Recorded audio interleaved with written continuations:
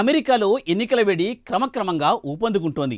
ఈ నెల 10వ తేదీన ట్రంప్ కమలా హారిస్ మధ్య జరిగిన డిబేట్ తర్వాత ప్రచారం మరింత జోరందుకుంది. డిబేట్లో ట్రంప్ కంటే కమల మెరుగైన స్కోర్ సాధించారు. ఇక తాజాగా కమలా హారిస్కు American pop star Taylor Swift మద్దతును ప్రకటించారు. దీంతో ఇప్పుడు ట్రంప్ గరంగరం అవుతున్నారు. మరి ఇద్దరికీ ఎక్కడ చెడింది, ఎందుకు చెడిందని సోషల్ మీడియాలో పెద్ద ఎత్తున చర్చ జరుగుతోంది. మరి టేలర్కు ట్రంప్కు ఎక్కడ చెడిందో ఈ స్పెషల్ స్టోరీలో చూద్దాం.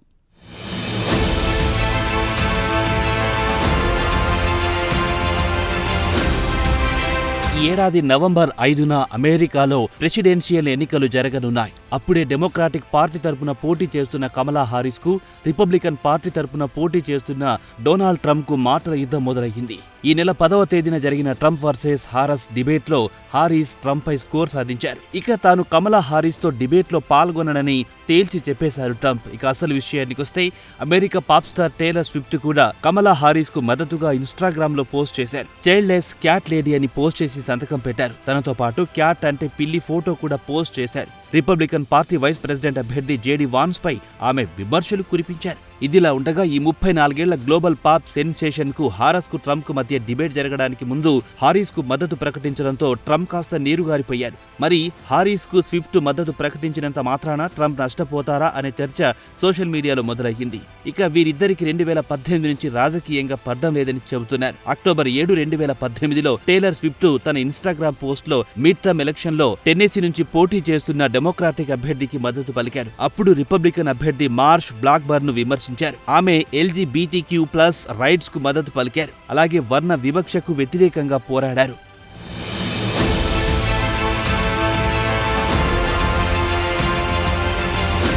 తాజా పరిణామాల నేపథ్యంలో స్విఫ్ట్పై ట్రంప్ విరుచుకుపడ్డారు. ఆమె రాజకీయంగా తీసుకుంటున్న నిర్ణయాలపై మండిపడుతున్నారు.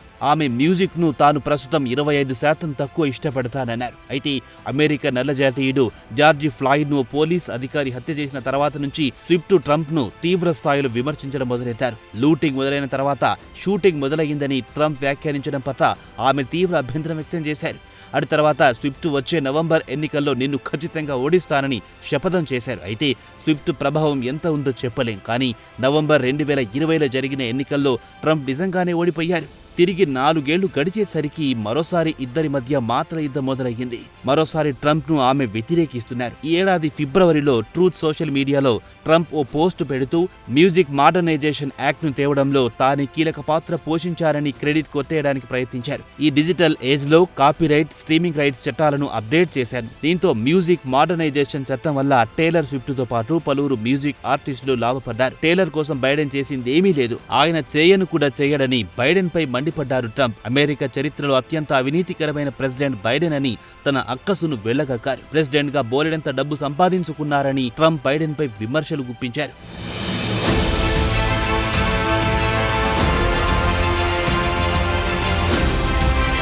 ఇక Trump Taylor Swift boyfriend Travis కెస్కీని కూడా తెరపైకి లాగారు. ఆమె కంటే ఆమె బాయ్ ఫ్రెండ్ అంటే ఇష్టపడుతానని అన్నారు. అయినా ట్రావిస్ తన ముందు నిలబడలేడని, అతని కంటే తానే బెటర్ అనే విధంగా కామెంట్ చేశారు. ట్రంప్ ఎంతగా రెచ్చగొట్టడానికి ప్రయత్నించినా వర్కౌట్ కాకపోవడంతో ట్రంప్ వేరే రూట్ ఎంచుకున్నాడు. ఆర్టిఫిషియల్ డీప్ ఫేక్ వెర్షన్ ద్వారా ప్రయత్నాలు మొదలెట్టాడు. ఈ ఏడాది ఆగస్టులో ఆర్టిఫిషియల్ ఇంటెలిజెన్స్ ద్వారా స్విఫ్ట్లా ఓ ఇమేజ్ ని తయారు చేయించారు. రెడ్, వైట్, బ్లూ డ్రెస్ తో ఉన్న స్విఫ్ట్ ఇమేజ్ కింద టేలర్ స్విఫ్ట్ మీ అందరిని డొనాల్డ్ ట్రంప్ కు ఓటు వేయాలని కోరుతోంది అంటూ క్యాప్షన్ రాశారు. దీని కింద దానికి ట్రంప్ అంగీకరించారంటూ ట్రంప్ రాయడం కనిపించింది.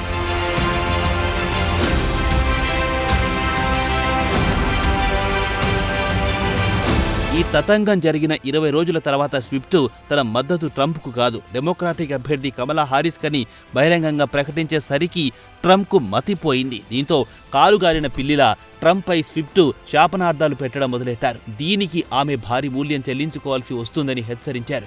స్విఫ్ట్ మద్దతు పలకడంతో హారిస్ కు కొండంత బలం సమకూర్చినట్లయింది. ఒకవేళ డెమోక్రాటిక్ల తరపున బైడెన్ పోటీ చేసి ఉంటే ప్రజలు ఆయన్ను ఓడించేవారన్న టాక్ వినిపిస్తోంది.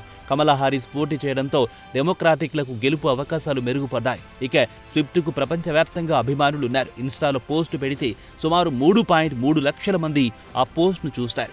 డిబేట్కు ముందు స్విఫ్ట్ డెమోక్రాట్లకు మద్దతు తెలపడంతో డెమోక్రాట్లు ఉబ్బితబ్బిబవుతున్నారు. ఇక టేలర్ పలు గ్రామీ అవార్డులు దక్కించుకున్నారు.